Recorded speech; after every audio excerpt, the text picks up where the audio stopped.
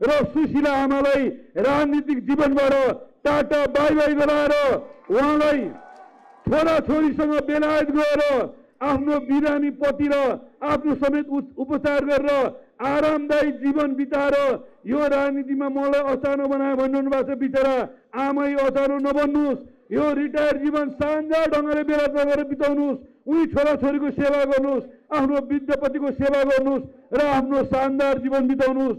यो राजनीति दलहरूले गर्ने हो, यो राजनीति नेताहरूले गर्ने हो। तपाईँ उतै जानुहोस् भनेर युवाहरूले यो सन्देश दिएका छन्।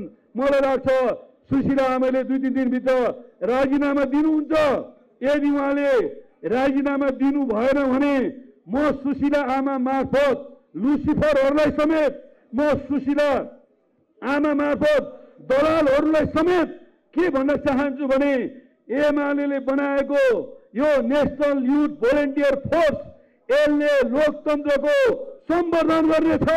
बालेन शाहले स्टाटस लेखेको भरमा सेनापति मार्फत नेपालको लोकतन्त्रलाई कब्जा गर्ने, सङ्कटकाल लगाउने र पूर्व राजा ज्ञानेन्द्रलाई फेरि बिउताउने जुन चलखेलहरू भए, यो चलखेल नेपालको इतिहासमा किमात हुन दिने छैन।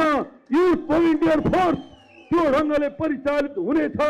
त्यसै गरी संसद विघटन गरेर हाम्रो लोकतान्त्रिक पद्धतिमाथि हमला गरेर प्रधान न्यायाधीश भइसकेकी आमैलाई जेनजीको भावनाभन्दा विपरीत ढङ्गले 73 वर्षकी आमा बिचरा खुट्टा खोच्याउँदै हिँड्नुहुन्छ।